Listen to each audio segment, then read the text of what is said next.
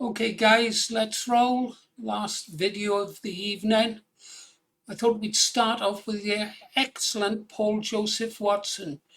You really should subscribe to him. You probably do. He's got 2,000,007 subscribers. How are we doing?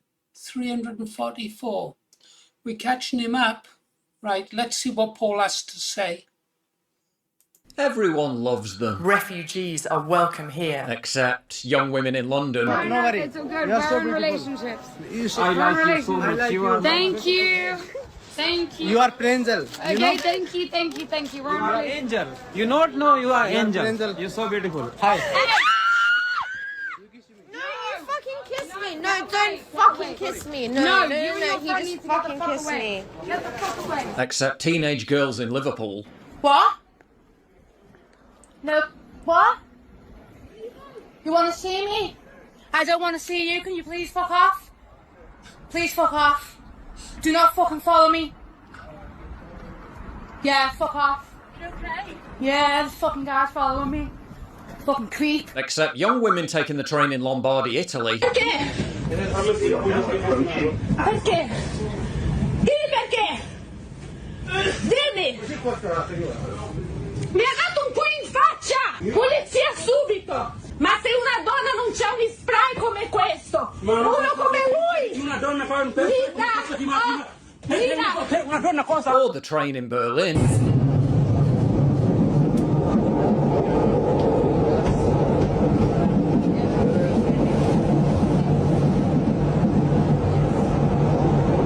Passamo! Sport!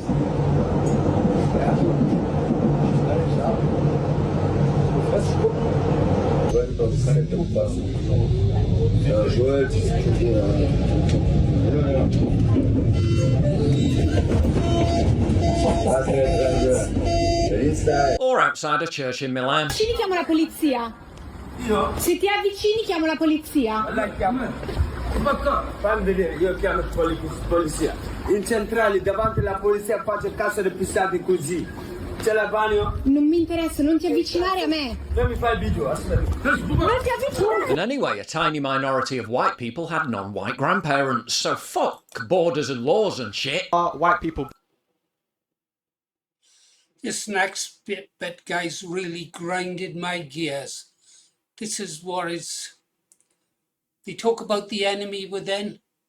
This is the enemy within. Being replaced in the UK. So what?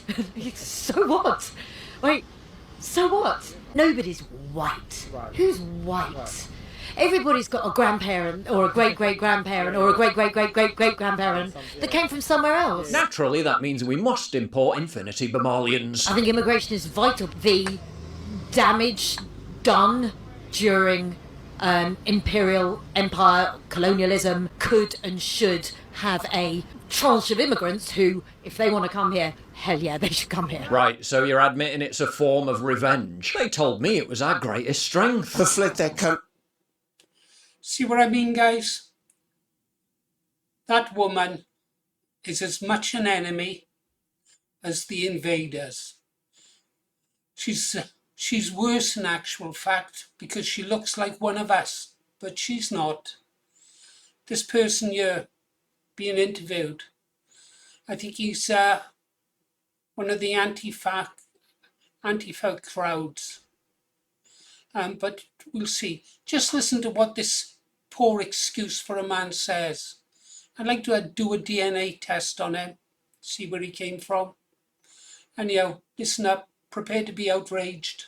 They've had their houses bombed, families murdered. They've crossed the channel on a fucking rubber dinghy. Is that from How scary is that? Is that from France they've crossed the channel? Yes, it will have been from France. Is there a war going on in France? No, there's not a war going on in France. Okay, so why are they coming here if there's no war in France? I don't know, but they're here now. I think they should be respected welcome. But surely if your daughter was being sexually predated on, that would change your mind? Nope. We've had the sexual assault of a 14-year-old girl from an illegal migrant. Yeah. Have you got children? I've got children. What would you do if one of these migrant men raped your child? Would you change your stance? That's a bit of a silly question. Oh, no. It's far from a silly question. If one of those migrant men in that army barracks raped your child, would you change your stance? Be honest, sir. Well, I wouldn't blame the fact that they're a refugee, that they raped my child. He's not a refugee. He's an illegal migrant that's come to the country for economical gain and he's raped your child. Would you change your stance then? No, I wouldn't politicise it. Jesus wept. 600 illegal migrant men are being housed in that army barracks. Let's just say one of them is a rapist. Are you willing to take the risk? This is all purely hypothetical, you know. Well, answer it hypothetically then. Would you take the risk knowing that one of those 600 men was a rapist that could rape your child? Yes or no? How many rapists and... Yes or no? How many rapists... Yes or no? Clearly, yes he would. You can't even answer a straightforward question. Would you risk a rapist living in your community if you knew that the chances are high that one of them is a rapist? Would you want to put your children in that kind of danger? What, is he a historical rapist or a potential rapist? Pretty high potential when in places like Dorset, 44% of alleged sex offences are carried out by asylum seekers living in asylum hotels. He's just raped your daughter in front of you. Well, then will you object to refugees then? Fucking imbeciles like this man are being ferried in and ferried out. He's willing to take the risk. His own daughter getting raped. Wow! The Green Party's Rachel Millwood loves Yeah, you're not going to like this last bit either, guys. I don't know. Should women have been given the vote? I really don't know. refugees and demands you welcome them in your area. There will be a day when we sit our grandchildren on our knees and we tell them, first they came for the immigrants. So we hung out flags from all the nations and we said, refugees are welcome here. Wow, what a kind and compassionate woman. I'm sure she'd welcome them in her area with open arms, right? Wrong. Yeah, now we see the hypocrisy of them. Real NIMBYs. She strongly objects to 600 of them being housed in her area, which is 95% white. Refugees are welcome here. No, I didn't mean here. Deborah Meaden, net worth 40 million quid, loves refugees. She sternly told Rupert Lowe that it was abhorrent to create a hostile environment for illegal migrants. Deborah's so intent on creating a welcoming environment for refugees. Show the love. She chose to live as far away from them as possible in an opulent 10-bedroom Grade 2 listed 240-acre mansion in a 99% white area. You are not my Britain, says the woman who lives in a super wealthy mini white ethno-state. Just a hunch, but I don't think Deborah's nice little corner of Somerset is crawling with these type of wrong-uns. And Marcus, in some of your findings are astonishing. On some of the highest days, 80% of the sex offenders in Birmingham had foreign-sounding names, 70% in Bradford. Are you convinced there's a clear link going on here? Well, there is a link, there's no doubt about it, because the figures are consistent. I don't think there's men with machetes constantly fighting outside Deborah's front door. I don't think there's many of them skulking around looking into her windows.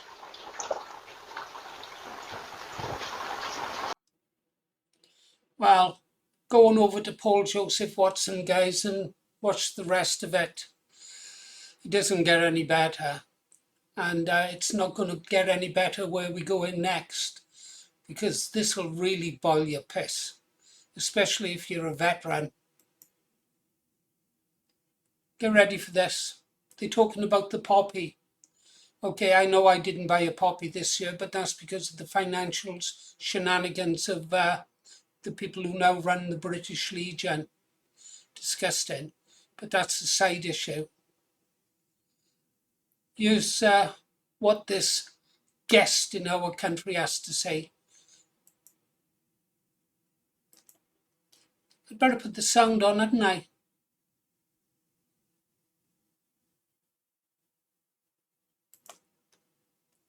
symbol of the respect that we feel for the sacrifice that none of us have had to make, and God forbid we should ever have to make. I've had to make the sacrifice of a war. I don't know what you're on about. I'm a child of war. I had to leave because foreign countries came to mine and decided to have it off or fight one another.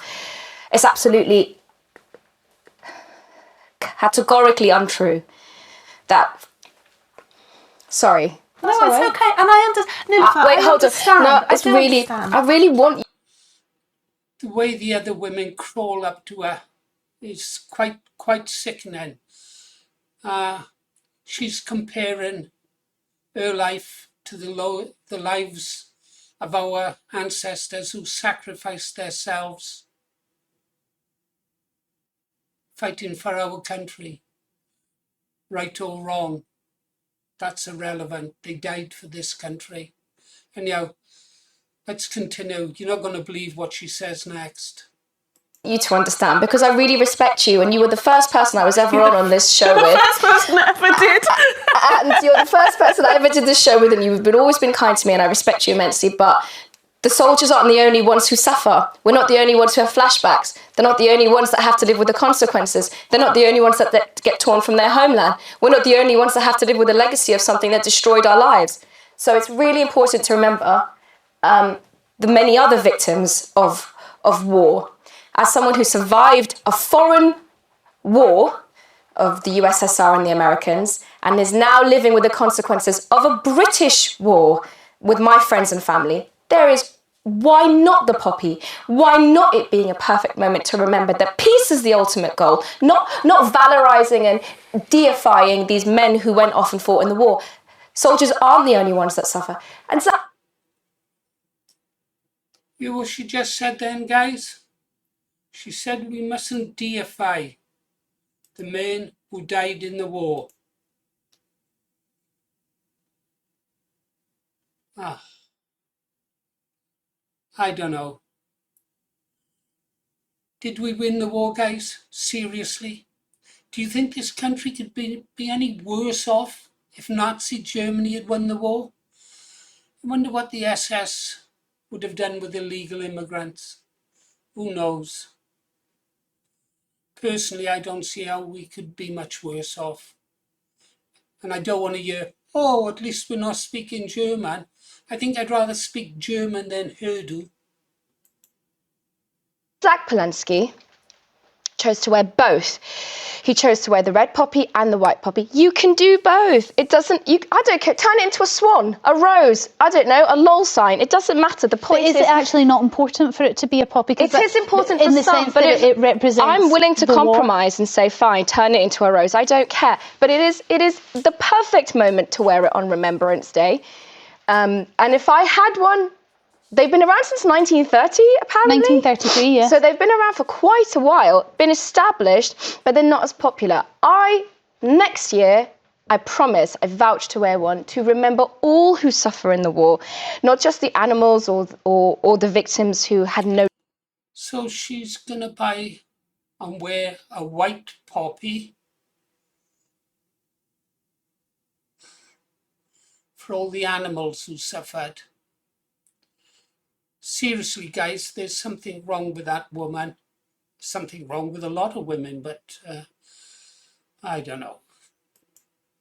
You're going to wear what? Sorry, a red one? The white one. Right. But that would suggest, respectfully, and I know you've had a horrendous experience, and I would never in any way attempt to negate that. But equally, and not say even equally, because that suggests that I'm demeaning it in any way. I can't imagine what it feels like.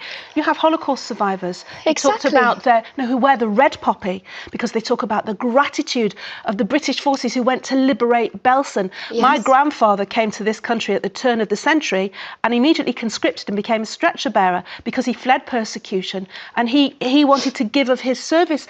Let those who gave service be remembered. No one is standing in their way. You are, because what we're saying is that you can. There is no such thing as. This is not a zero-sum game. One does not negate the other. In fact, I've got enough space on my chest to wear 50 poppies, different colours, respecting the LGBTQIA community, respecting the millions and millions of animals without which we would have never so much as got to France. So I don't see this diminishing the importance.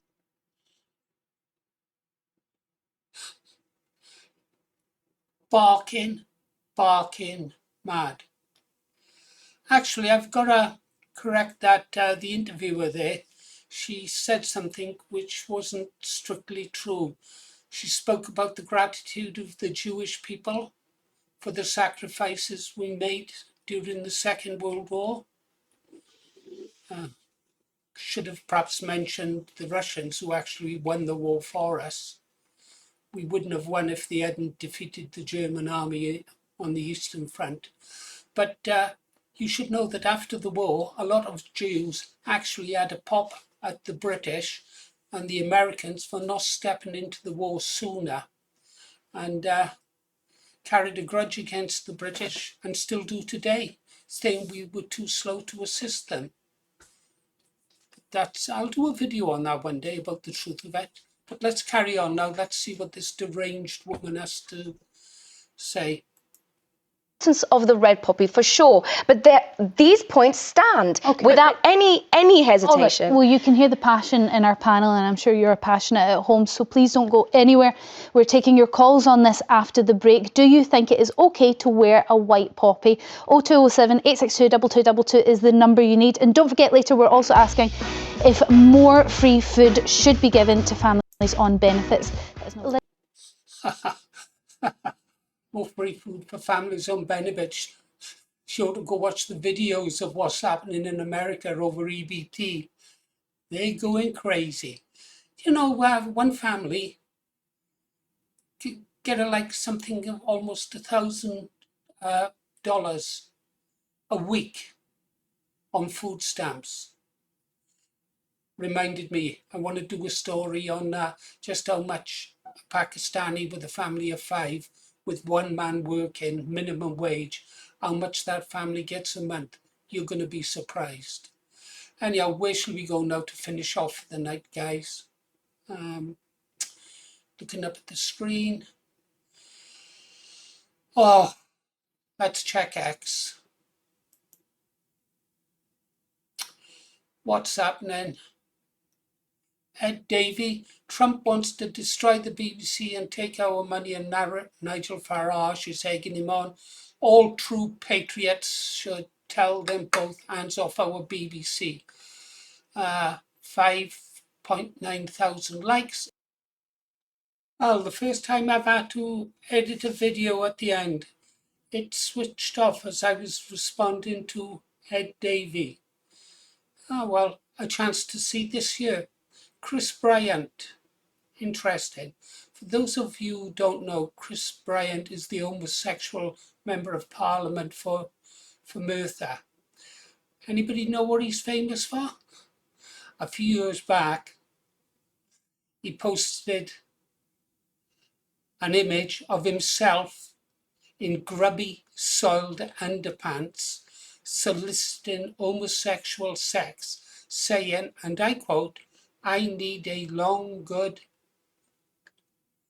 Yes, he did.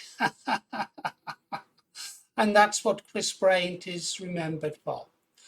And ever since then, I have wondered what the hell is wrong with the people in Merthyr that they would vote for a member of Parliament who posed in soiled, grubby underpants.